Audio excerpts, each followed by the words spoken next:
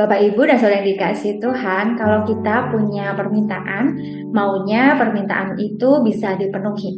Bahkan ketika harus melakukan sesuatu sebagai syarat untuk mendapatkannya, maka dengan rela dan bersemangat melakukan hal itu. Tapi ketika permintaan tidak dipenuhi, bahkan dengan tegas ditolak, kita menjadi kecewa dan mungkin juga marah.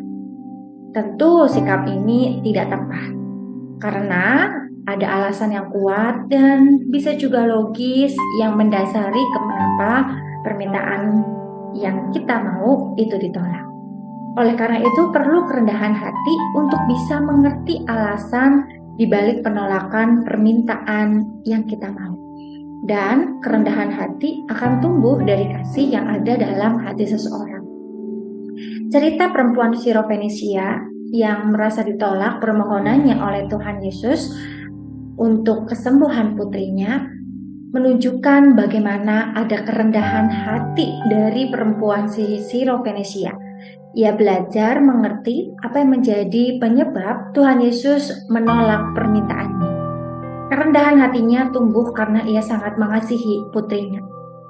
Perempuan Sirofenisia, orang Syria di wilayah Fenisia, ia bukan orang Yahudi, tapi ia percaya bahwa Tuhan Yesus sanggup mengusir roh jahat yang sedang merasuki anak perempuannya. Di luar dugaan, Tuhan Yesus tidak segera mengabulkan permohonan ibu ini. Ia justru berkata, biarlah anak-anak kenyang dahulu, sebab tidak patut mengambil roti yang disediakan bagi anak-anak dan melemparkannya kepada anjing. Kata anak-anak ini menunjukkan kepada bangsa Israel. Misi Tuhan Yesus pertama-tama adalah kepada orang Yahudi, bangsa Israel, dengan maksud agar mereka kemudian dapat melaksanakan tugas mereka, yaitu menjadi berkat bagi semua bangsa melalui pemberitaan Injil ke seluruh dunia. Penghargaan Tuhan Yesus kepada ibu ini semakin kuat ketika ibu ini menjawab, benar Tuhan, tetapi anjing yang di bawah meja juga makan rempah-rempah yang dijatuhkan anak-anak. Sebuah sikap rendah hati. Perempuan itu hanya meminta remah, berarti sangat sedikit dari berkat-berkat yang tersedia bagi orang Yahudi, yaitu kebebasan anak perempuannya dari ikatan roh jahat. Tuhan Yesus mengabulkannya. Jelas bahwa Tuhan Yesus sangat menghargai. Ibu ini sangat mengasihi putrinya, karena itu ia berusaha menjumpai Tuhan Yesus dan tersungkur di kakinya.